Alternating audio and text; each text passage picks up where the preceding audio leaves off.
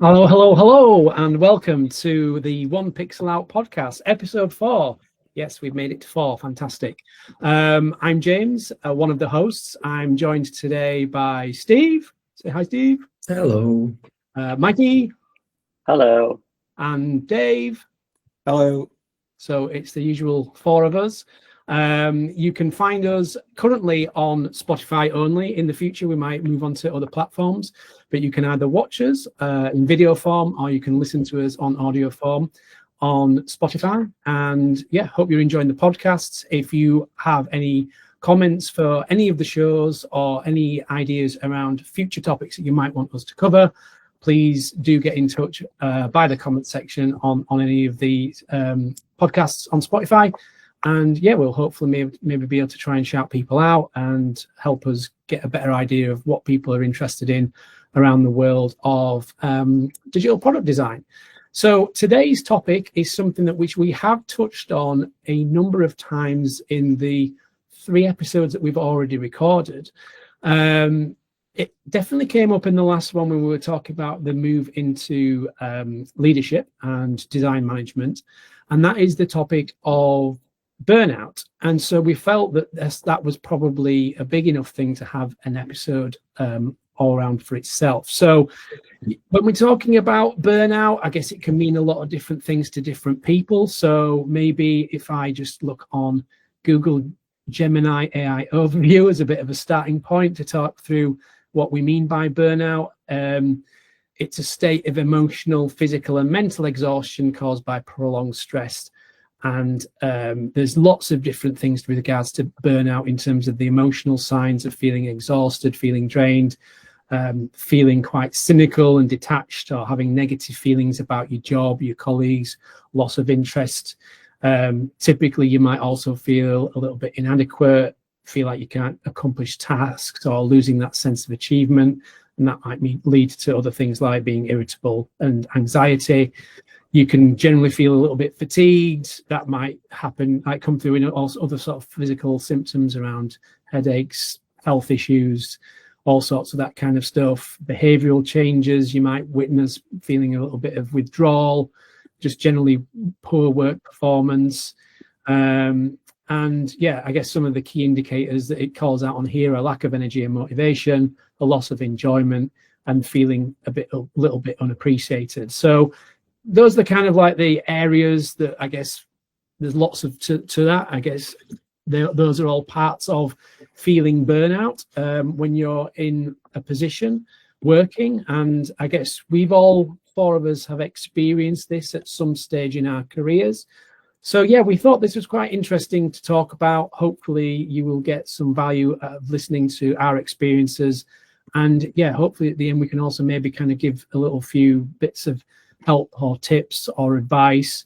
By no means are we kind of psychologists or qualified in any way to kind of do that, but we're just very much speaking from our hearts around our personal experiences, and hopefully that might be useful to some of you listeners out there. So without further ado, I'm going to throw it to Mikey. And, this might be quite a bit of an emotional thing for all of us, hopefully not, but it's quite a serious topic. So there'll probably be some serious emotions involved and talking about things that are quite close to us. So yeah, without further ado, Mikey, do you want to kind of kick us off, and maybe you can talk to us about what you've experienced throughout your career, whether it's been at certain times, and how it kind of panned out for you when you've had similar feelings or actually experienced burnout?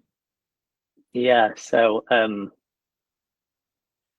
it's very fashionable at the moment to suffer from burnout or to be working towards burnout, because you can see it all over LinkedIn at the moment. It seems to be everywhere. I actually think burnout is the new AI, not UI, AI. I'm not saying that burnout isn't a thing. Not at all, actually, the complete opposite, because I can say it's definitely a thing. But I do think burnout is it's just an add up of different things. Like you said, James, it's a dry well. Just from my personal experience, I describe it. It's a dry well. It's a lack of awareness of myself. It's a lack of control of things, or I guess a lack of taking care of yourself or looking after yourself during stressful moments, especially especially for myself, it was a really stressful moment. So it was moments where it can just be like a nothing moment where just things all added up, especially around work. Like I suffered, just to go back onto my story, I suffered from burnout years ago. In short, I just overdid it. I did way too much. One of my triggers is putting pressure on myself to deliver things.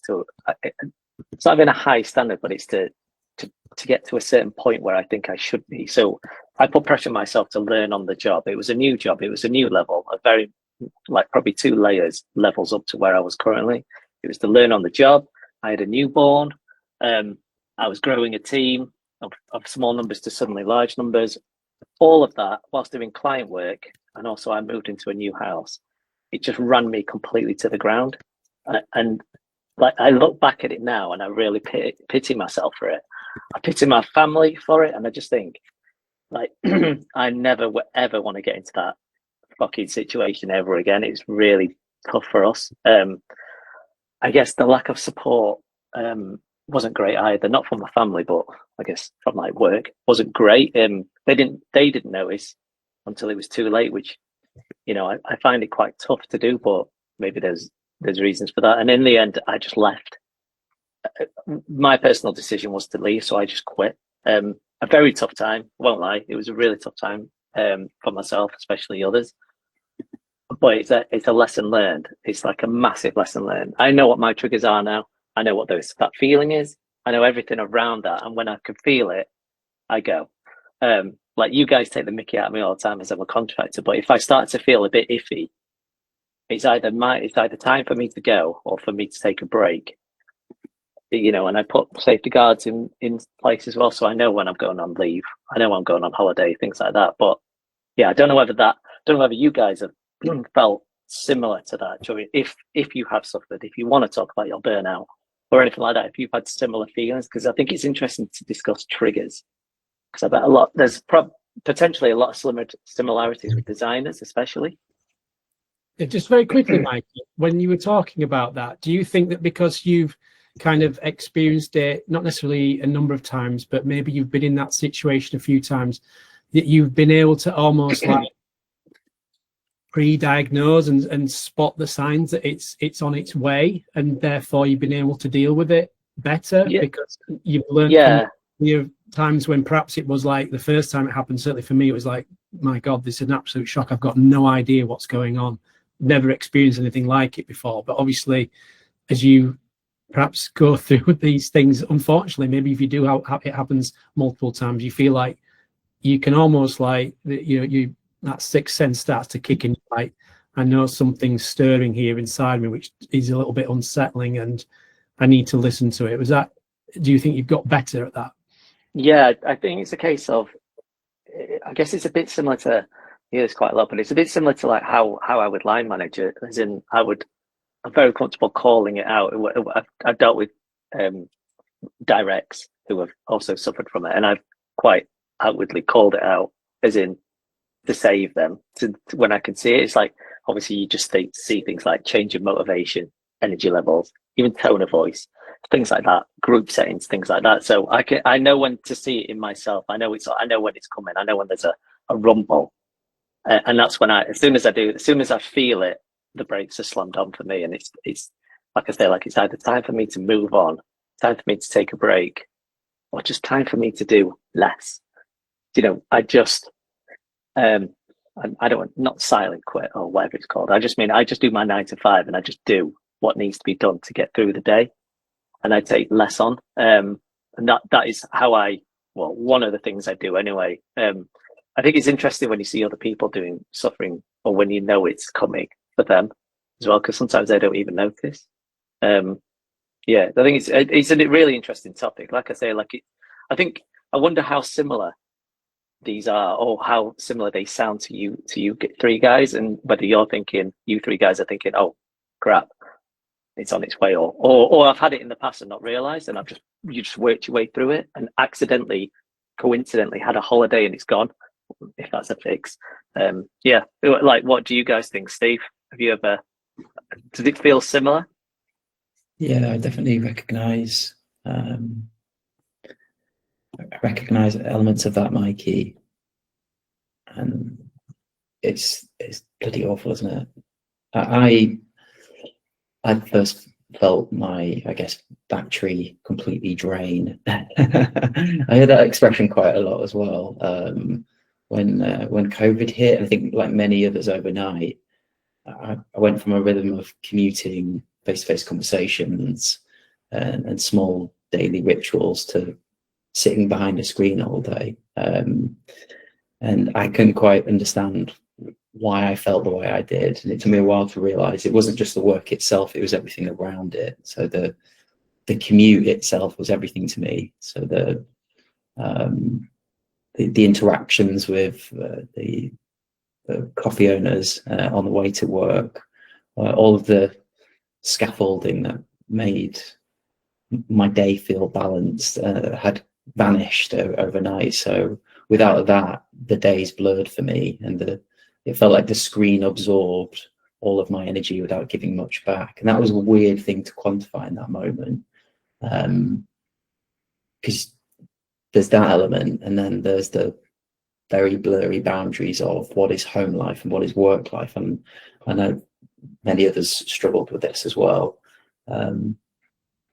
But yeah, that really kind of hit me sideways. And it took me a while to figure out how to sort of combat that. So I tricked myself into a routine, walking to and from the train station every morning and evening, as if I still had a commute to go to along the way. And yeah, I think as you know, in that time, it was a pretty obscure time, wasn't it? Where there were not many cars on the roads and all that type of thing. I started noticing others doing the same, sort of like aimless loops round. We had this really big, green, beautiful stray in Harrogate, and you'd see the same people doing like endless laps around it. So it's almost like they'd discovered some lost art of promenading or something. You develop this like really strange etiquette overnight, and that helped me rebuild, oddly, those sort of weird interactions and half smiles and yeah, the unspoken rule of good morning. This is, I don't know if you reckon it, I'm kind of going off tangent here, but I feel like you can say good morning to someone or hello to someone in the morning, but then after 1 p.m, if you try and engage with someone or say hello, you're a maniac.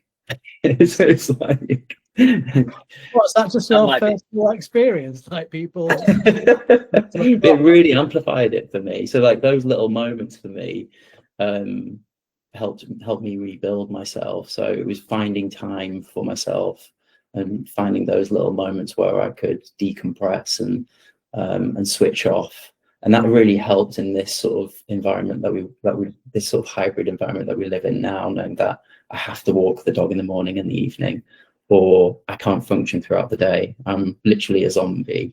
I need to go to the coffee shop, and I need to do those other little things, or I do start to experience that feeling of emptiness. Yeah, it's bizarre. So I get my energy from being around other people, and having a degree of structure throughout my day.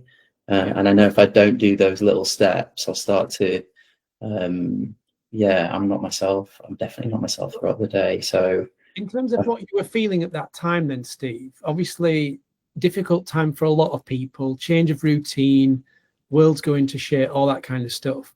How much of that, I guess, as like a percentage, was those external factors around the world, your personal life, etc.? Was that mainly what was causing it, or was it also like married with a certain percentage of what was going on in your career at the time, or was it not necessarily your career or your job that was actually triggering a lot of this? How was it, like, if you could even say, like, internally in your job, externally, private life, the world, could you kind of put a percentage to either of those things to kind of say where it was kind of maybe what was kind of pushing you into those feelings and that sense of being empty, on, you know, having low batteries? I definitely say, similar to you, Mikey, you know, new job, and with that you're trying to find your boundaries and your limits in terms of You obviously want to make a good impression. I know we spoke about this on the last pod as well, in terms of the move into leadership. That was definitely an added stress in that moment. But the biggie for me was just the loss of that kind of human interaction, and not being around others as frequently. I did things like I didn't read the news. That I had to sort of completely switch off from that. That was weird, wasn't it? Seeing those crazy headlines every day, and you almost felt obliged to read them. I definitely took a break from reading any type of news. So really good question, James, and it is hard to quantify. I do feel like it was probably a mix of both.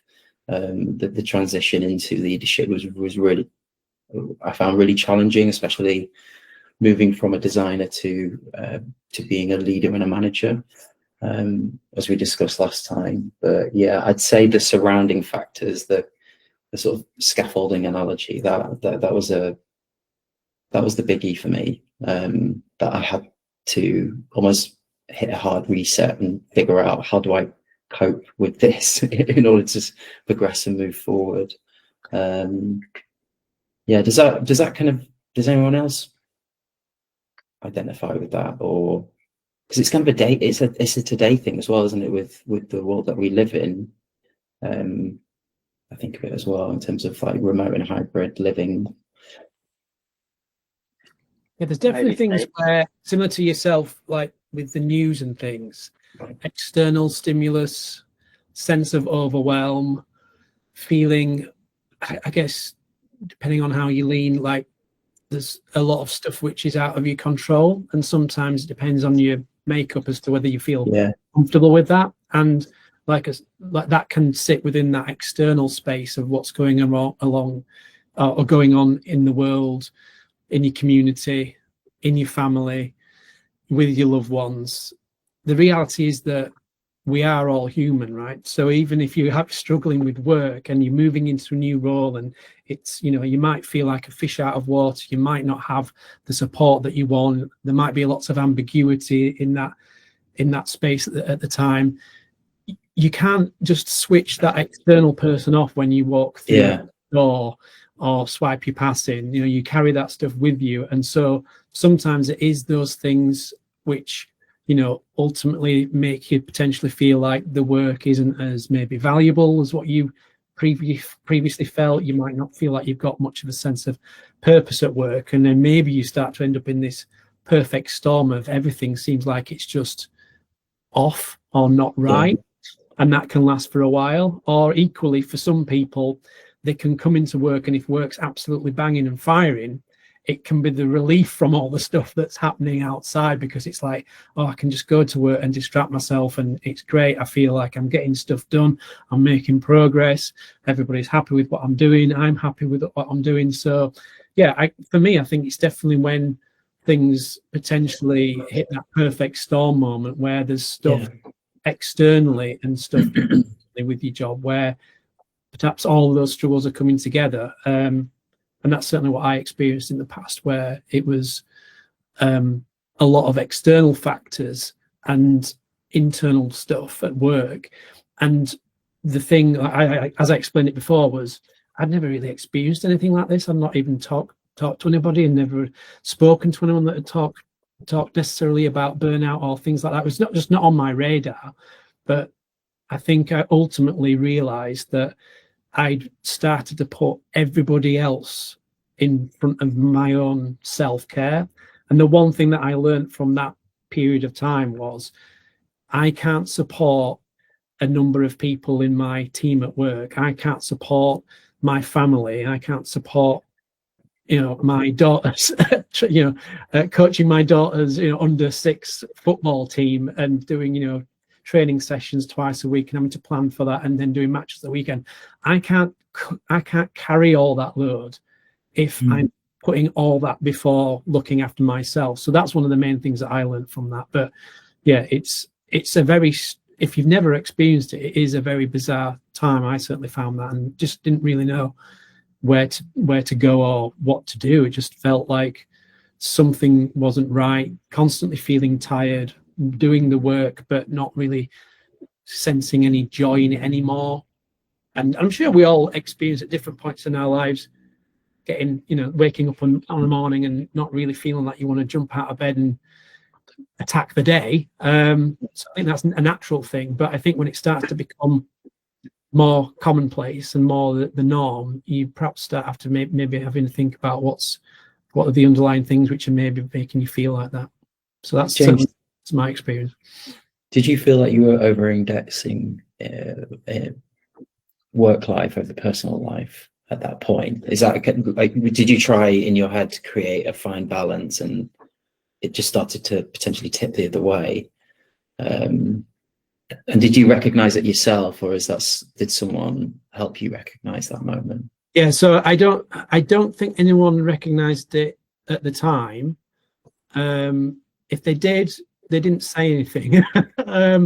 Equally, I could have been seriously cranky at the time and not the most approachable person, because if I was just generally feeling not great, I might not have been admitting, hey, I'm Mr. Jovial, come and let's have a chat. But ultimately what happened, I was at work and I had what I would classify as a panic attack. Again, I'm not a specialist on this type of thing, but I was at an internal event at work, and I just felt all of a sudden really super uncomfortable, and I didn't feel like I wanted to be there, and all I could think about was escaping and getting out. And ultimately that's what I did. It was like a training thing. I had to go up to the person that was running that training thing and just said, I don't know what it is, something just feels a little bit off, I feel really, really uncomfortable, I'm really sorry, I've just got to go.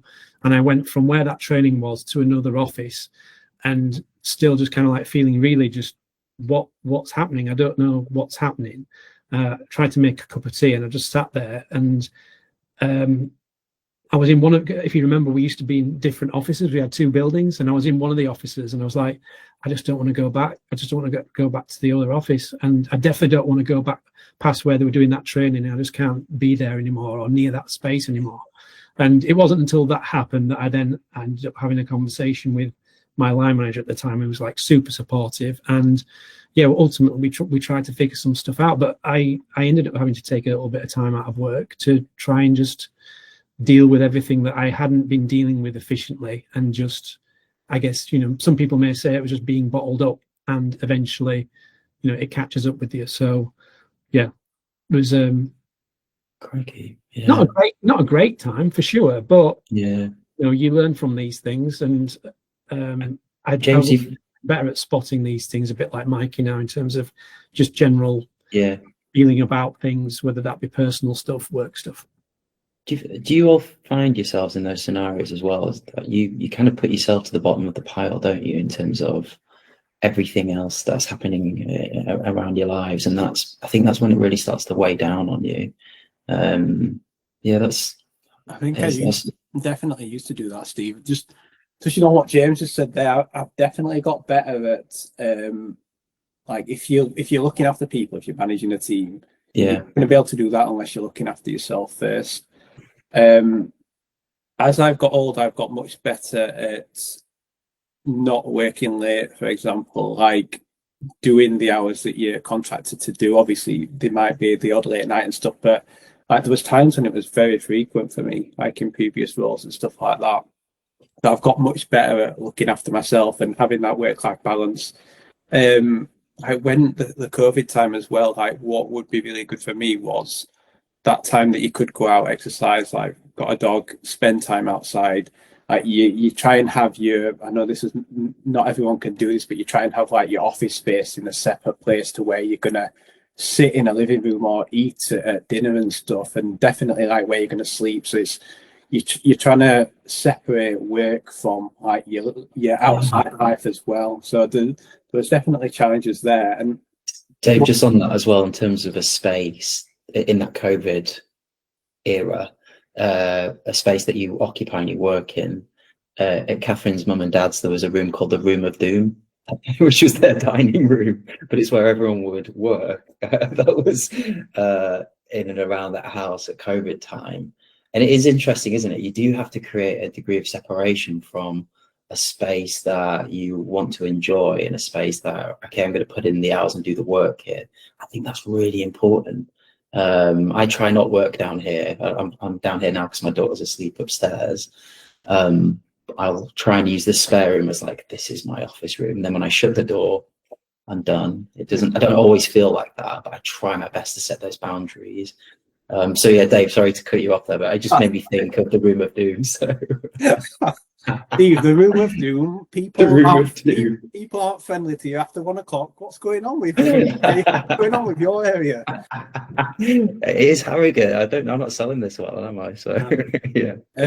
But no, I really enjoyed listening to the stories. I'm going to give a little nod to AI again. So I doing some research. I've just got my phone here. So like I've always thought of, when you talk about burnout, you immediately think workload, you think you've got to, how much have you got on and stuff. There's some really interesting points, and one of them really like resonates with me. So like thinking about the factors for like burnout, like workloads on there, like unrealistic deadlines, shifting goals. So like potentially not understanding what the business goals are, how you're measuring success, things pivoting all the time, lack of autonomy, so being micromanaged, having decisions like overruled. Poor work-life balance, kind of touched on, then limited recognition as well. The lack of autonomy one is really interesting for me. So there's like a period of time where I've had, and it's something that I'll always remember as part of my career with regards to like, I'm somebody that loves the autonomy. I need the autonomy. I'll give my team all the autonomy in the world to like manage their own schedule and stuff. And one of the, like in a previous role, for a short period of time, there's like obviously lots of different factors, like business factors, new personnel come in, so things change in the business. And that kind of changed my role, where it went from having that full autonomy, it went to being what felt like at the time more like how you spending your time, like very much micromanaging, trying to understand what you're doing each day. And there was times where it felt like my role was changing. I no longer knew what was expected of my role. There was like proposals to change like role titles and stuff, and like just lots of little small things that would build up, and it'd start to have an impact with regards to you feeling like you have to prove yourself again, and you don't feel valued anymore. And that was a time which was most exhausting for me out of any time that I've had in my career. It's like feeling like you've not got autonomy anymore. Like if I was in a meeting, I have to play back work. At the end of that playback, it was relief. It was like no excitement for the work, no excitement for what's next. It was like relief. I've got through that, because you're feeling like you're being watched, like play back what you've done, being judged and stuff like that. So that was a really difficult time. And then when you get to Friday, you're just exhausted. And it's not because you've done more work than any other times in any other roles in your career. It's just because of like what you feel like you're into, and what you feel like how things have potentially changed. And like, it's not to say anything around like worked with some of the best companies, some of the best people that I've worked with. So it's not to say that. It's potentially just how I saw things at that time in like a previous role. But that was the main thing for me, is like that period of time I'll never forget, with regards to going through that stage of like just wanting to get through the week, wanting to get through meetings, just trying your best to try and think, is this good enough? Is this good enough? And then towards the, like, it got to like an end period where I was trying to just speak to like previous managers, like mentors and stuff, for advice, and like, what would you do here? And then ended up like at the end of that, when it came to the end and I got out of that situation, like massive weight off your shoulders, and it was just like a huge relief. And you don't know it at the time when you're in something like that. You obviously know that you're feeling like it's a difficult time and potentially less motivated, but once you're out of it, there's like a huge relief. And it's now like, right, how do you start to get motivation for like what you do again, and start to get more enjoyment in it? And that didn't take long, but it's just a period of time that I'd not experienced before in my career, and it was very new to me. But I knew that it was a stage where it couldn't continue, so I had to start to think about what's next, and that's kind of what we got to now. Luckily, like just like phase in the place I'm in now, but like it's very different. It's much more what I'm used to, like with that autonomy and being able to do things like that. I find it's sorry. I was going to say, it's really interesting, because we've talked about burnout, but and I did mention work on mine, but I think James and I's scenarios are a bit similar compared to Steve's and David's, whereas ours is probably maybe going into work feeling a bit shitty, and work being like the final thing which tips you over the edge, and work being the burnout key, right? And it being like heavy in the, like I said, I had a newborn, I'd new house, I'd all the really high mortgage and all of that guff, and me feeling like I don't feel comfortable in my job either, which it was like imposter syndrome, I guess, mostly, but and that kind of stuff. Whereas I noticed you two have discussed more around work being quite a factor. Oh, actually, Steve, your situation is quite different. Yours was working from home basically was a trigger for you, and whereas with your Dave, yours is quite work related in regards to feeling uncomfortable in a scenario or scenarios all clumped together in a short space of time. I just think it's really interesting how four of us here are four different stories and four different start points where burnout starts, but it ends with work being the tipping point, the bit where, oh God, that's the bit which tips you over. Now, sorry, I'm just thinking out loud, but 8 hours a day is a hell of a lot of time, isn't it? Work, yeah. I always say, like, to people, if they're unhappy in a job, work robs you of a lot of time. I know it pays, and I know it gets you all your good stuff, but it does rob a lot of your life. And I think it's quite interesting to, like, one of the factors I do, and we joked about this earlier, but if I feel like burnout's coming, and if it's something to do with the work I'm doing, then I think, I mean, very privileged to do this, but I feel comfortable to say, right, it's time to move on, and I'll go hunting for a job. And obviously, as a contract, you kind of feel comfortable doing that. I know how to update a CV and interview and stuff like that, but it is interesting how you can get stuck in a rut. Like David, it sounded like you were quite stuck in a rut there, and I don't know whether this is the right term, but it feels quite lucky you got out of that rut. I don't know whether the scenario changed with a restructure or whatever, but yeah, I think it's very interesting how do we get out of burnout? How do you save yourself? Like, how, David, how did you actually save yourself from being burnt out or being on the cusp of it? Was it work changing, or was it you pulling yourself out? Well, it's that, isn't it? It came down to like two options in the end. So obviously it spoke about speaking to people, like past mentors and stuff. And one of the best advice that I got was, like, first thing to do is ask yourself, have you done everything in your power to try and change how you're feeling at work? And that's mean potentially having tough conversations, like having like open conversation around how you're feeling, like how you'd like to work in future and what might need to change. And the person said, if you've done everything you can and nothing's changed from that, then you have to leave and you have to move on and find something different. So it kind of came to those in the end. Yeah, I think just to echo what that's the point I got to, David. I think I might have even spoke to you during it. Was just like as something to bounce ideas off. But I got to the point of, I don't think I could save this. Like, I don't think I can save myself from this. The job carries on forever. Like, I'm smaller than a company, but I couldn't save myself in the job. So I just thought, it's time to go. Like, to save myself, it's time to go. And the way I left was quite dramatic, as you can expect when they. But yeah, I just think it's interesting. How do you pull yourself out? Like, Steve, how did you do it? Because you already explained, right? You went on walks, but was that enough? Because I think it's good to come up with scenario, not fixes, but potential solutions that I might need. Like you mentioned, a coffee shop. I've started now to go out for a coffee. It's been amazing. I do the same. Yeah, I mean, I have to go every day, and I'll speak to the folks that work there. And I adore that moment. I look forward to it. I get excited to go get my coffee. Yeah. But just to rewind slightly, Mikey, it sounds like in both those scenarios, you ultimately sort of came to a conclusion, which helped you make a decision. Because I can imagine in those moments, you're sort of scrambling for an answer. Dave, you mentioned there speaking to mentors to try and help frame that in your head, and I think that's really important, isn't it? Landing on an end point of sorts. And it also got me thinking, Mikey.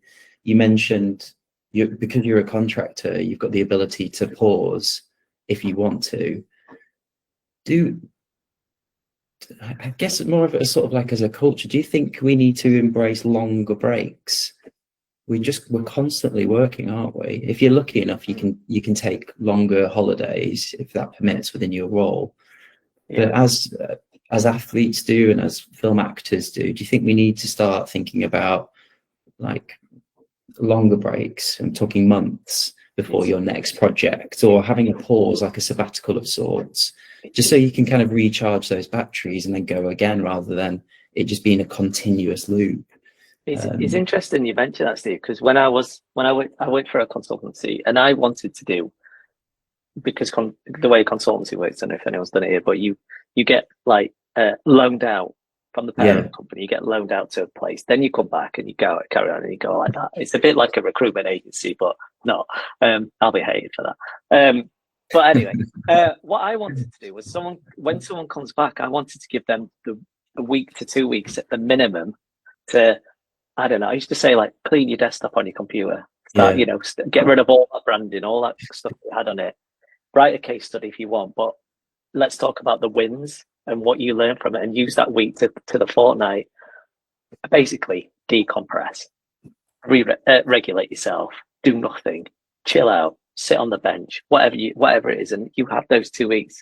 Because I think Steve, you might have mentioned this, maybe it's the last one. There is no celebrating wins anymore. Yeah. There is none of that. There's not actually, in my world anyway, because it's quite fast. Is not very much in the presentation stage. You bit like, I think it was you, David. You mentioned you present, then you just go on to the next one. It's the next ticket. It's the next whatever it is, and there isn't much time now to take a breath because it's delivery.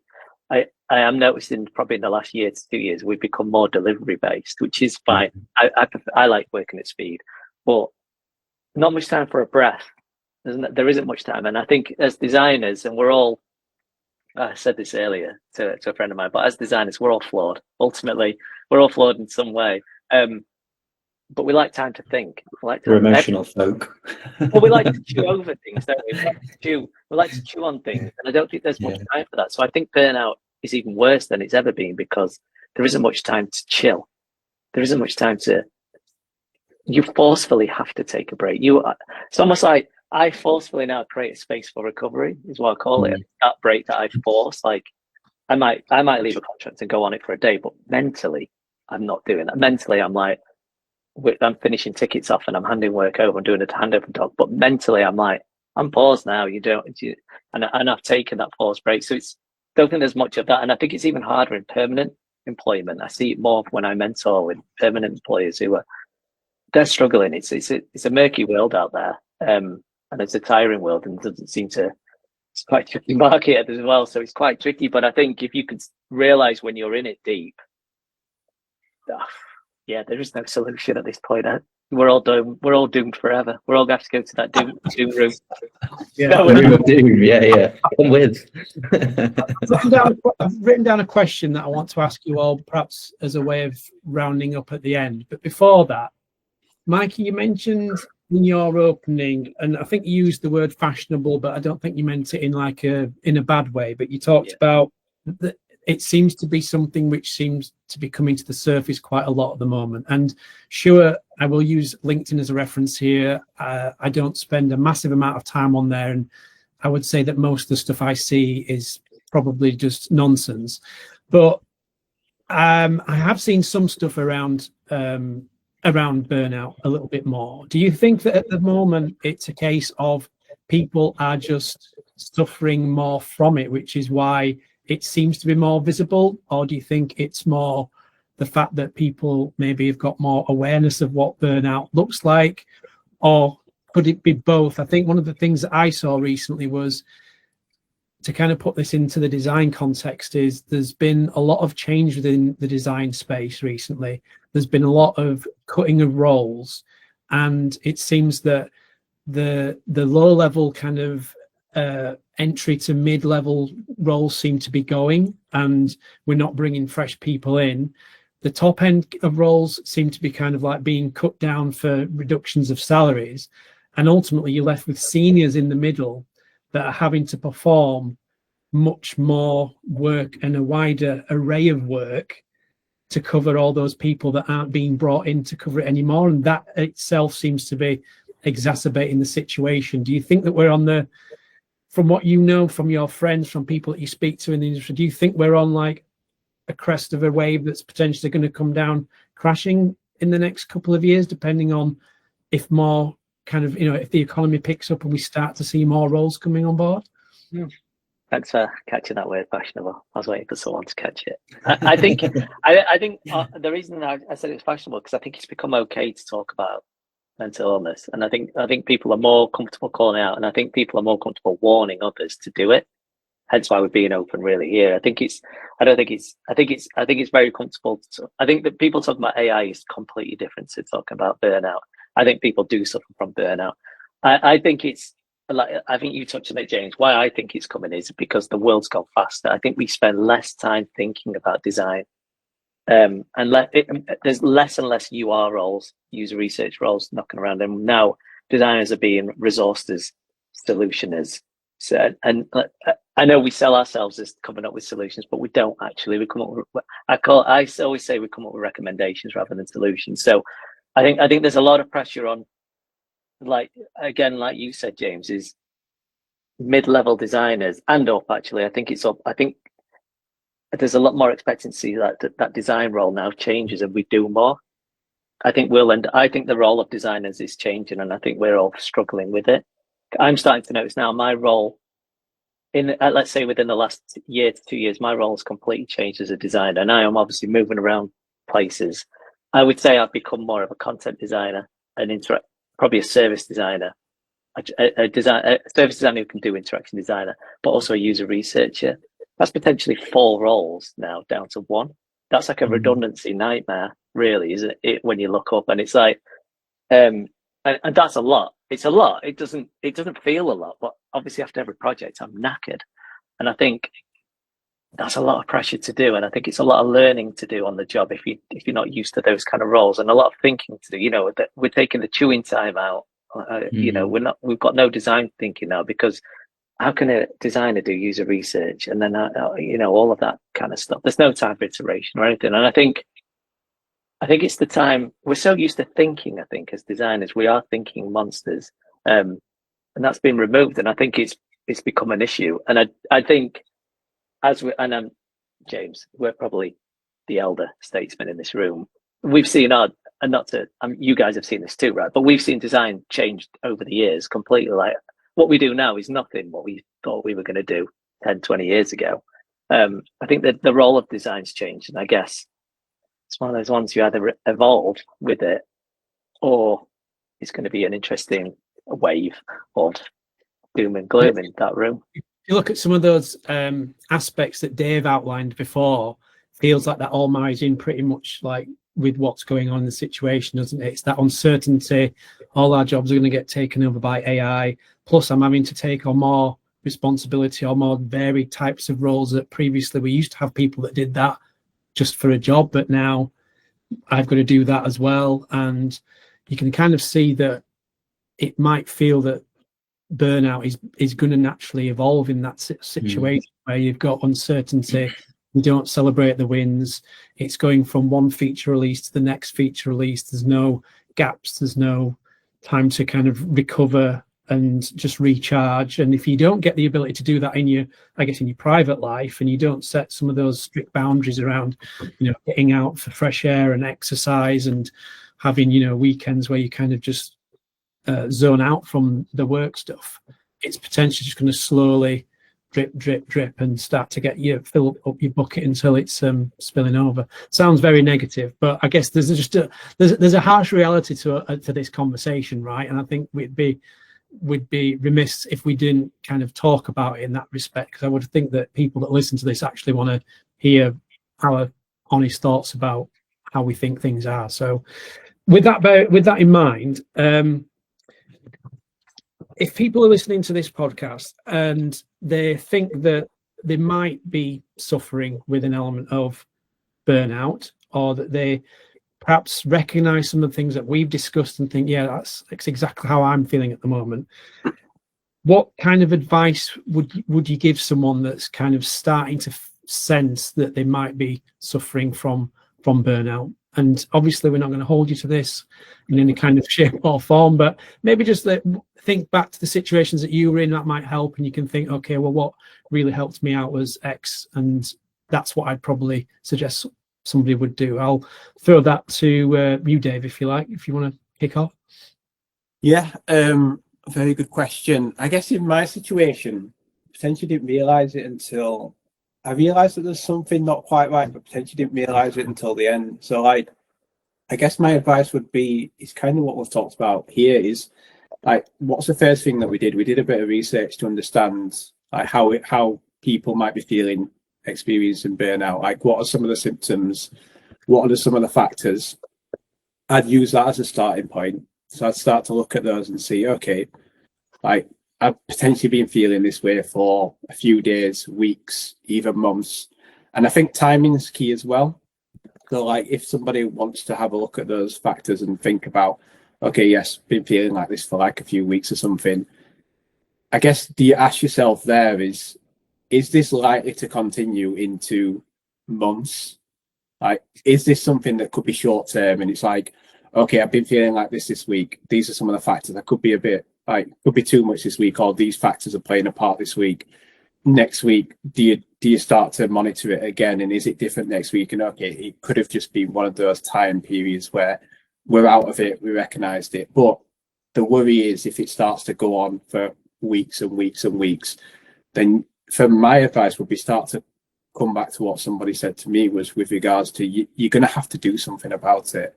You're going to have to ask yourself, like, have you done everything you can? Have you had any sort of conversations? Have you set any boundaries that you need to set? Have you, whatever's going on, like, is it working setup? Is it work related, or whatever it might be? You need to try and do everything you can in your power to change that.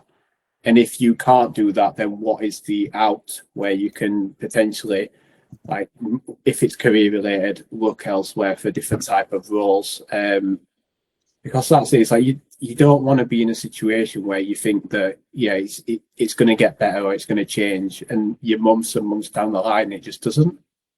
Because I think we've potentially all seen that before. I'll hand to Steve next. Cheers, David. Yeah, I think as a build on what you've mentioned there, Dave, some of the things I've alluded to around making space for real breaks, and not necessarily just in a remote environment. That could be at work or anywhere. I think that's one thing I've really lent into, is just making sure that I'm not consistently at my screen working 9 to 5. I'm actually having a break and being strict with myself. So I think micro breaks help. And then what we've discussed around having that opportunity for real recovery with longer pauses and longer holidays, if that permits. I do 9 in 10 days, so I do condensed hours, and I've found that Friday that I have off with my daughter Iris is absolutely amazing, and I feel well rested when I come back on Monday. So that longer period I've got over the weekend, cracky, yeah, 4-day working weeks. I'm a big advocate for that, and that's probably a whole other pod in itself. But yeah, I think just being kind to yourself in that regard. A few other things as well, like practice radical candor with yourself. So James, I think you may have mentioned this, just speaking honestly about unsustainable workloads or your environment or your situation, and being able to recognize that and not keep it to yourself. I think that's really important. If you've got a life partner that can help recognize that, again, that's a helpful scenario and situation. But yeah, just being honest with yourself and others. And then, sorry, one final one was just, Mikey made me think about that sort of strict 9 to 5. So modeling those core boundaries that do trickle down to your team. So if you're seen working late, your team will feel like they need to too. So if you can kind of set the bar in terms of what does good look like, and really embrace those moments of downtime, I think that will help others too. They're the kind of the 3 that I've kind of got in my head that might be useful. Over to you, Mikey. I think I would just add a framework. I'm a designer, so I'm going to put a framework in. So I think I'd see it as I'd probably frame it. Well, I'd reframe what I think burnout is. So I'd frame it as like, oh God, I'm going to sound such a designer here, but it's more of a system problem rather than a weakness. Because I think a lot of people probably treat burnout as a individual weakness. That includes things like I would adjust expectations. So I'd adjust, like, this is me personally speaking, but I would adjust my own personal expectations of myself, of what I expect of others, and also what I give others. They're three big things for me, like massively. I think it's understanding what burnout is. So I understand burnout is a sign that it's your mind or your body, whatever. It can't keep up with your demands. So, like Steve said, you need to make rest essential. It isn't a luxury that you're just chilling out. It is, you do actually need it. I think some people say burnout is a wake up call. So it's literally, you just need to respect that. But on that note as well, you also need to, I also think burnout's possibly not the right title either, because burnout sounds like it's just to do with tiredness. You're doing too much. Whereas it's not workload. Like mine wasn't really workload. It was just, there was a lot on. Mentally, I felt fine. It's just I was mentally tired, but it wasn't work related. It was, I had a newborn, for God's sake. So it's that kind of stuff. So yeah, to echo how I would sort this out was obviously you look for those signs, but it's creating space for recovery. I'm not going to touch on what Steve did. It's micro breaks. It's realistic downtime. I also like asking two questions, especially to directs when I had them, was find out exactly, be direct with them and ask them what is draining you the most. And holistically see if you can fix that, and also find out what gives them energy. These two things were the things that I used to ask my directs that were struggling, and then hone in on those. And that might be a temporary fix, a temporary solution, but you can, whilst they're doing those, you can maybe get to the point where they're starting to have those micro breaks and things like that. So yeah, there's my higgledy-piggledy list of things. No, all good Over stuff. to you, James. Yeah, I think I would echo everything that everyone's mentioned there. I think for me, I would try and speak to someone about how you're feeling. And that might be, if you feel that the level of trust is there, that you can do that with your line manager and that you've got a good relationship with them, I would definitely suggest from a work perspective, it needs to be on their radar. They might be able to help, make adjustments for you during that period that you might be struggling at the time with your job satisfaction, with all these other factors that might play into it, whether you actually got too much work on. Sometimes the reverse is that it can still cause problems where you don't have any work and you're kind of just waiting for work to come, and there's changes in processes or structure within the business, and there's ambiguity, and you're not quite sure about what the expectations of your role are, and you never actually got a job description, and all these kind of things can ultimately play into those types of feelings that you get. So if you feel comfortable speaking to them, raise it with them. If not, somebody in your family or a best mate or something like that. And I always think of speaking to someone that is a good friend can always also kind of sometimes help sense check it with you. Like, you might end up feeling a certain way, and you mention this to your best mate, and they're like, yeah, but you always say that about every job that you get. You're never going to be happy. And in 6 months' time, you'll be, and I guess, we all fall into the trap sometimes of, feeling low and down about stuff. So it's almost a little bit way of sense checking, is this something which is real? And a bit like Dave said, try and monitor it like you would do if you're going to a doctor with a particular complaint or something. They'd probably say, well, can you track it? Can you do like a little food diary or something to find out if you are actually allergic to blue cheese or something, right? Just write down when you're feeling certain things at certain times, and it might help you identify what the pattern is and if there are specific triggers. And that, again, to Mikey's point, might help you figure out what's going on in this system here, what's at play, which is making me feel these certain things. And yeah, not to self-diagnose. Obviously, you can seek professional help, and I definitely suggest that. if you feel that you get to the point where you need it, and if you either get that through work and have options of, you know, getting therapy and speaking to someone. But I've learned that I just feel so much better sometimes having spoken to someone, even if it's a complete stranger that's being paid to listen to me moan about design. It can ultimately just like feel like a big weight is lifted off your shoulder just by sharing the burden a little bit and getting some advice. So that's definitely where I'd point people in that direction. All good. Really interesting episode, really interesting pod. Hopefully you've heard something from the four of us today that might help you, whether that's yourself or whether that's people that you work closely with, and you might be spotting some of these things in your colleagues or your friends. So yeah, excellent podcast. I'd like to thank everybody for joining in and sharing what is sometimes quite a sensitive and can be quite a private thing, but I'm happy that we're all open and honest with ourselves and our listeners. And so yeah, I'll say thank you and say goodbye, everyone. Bye bye. See you next time.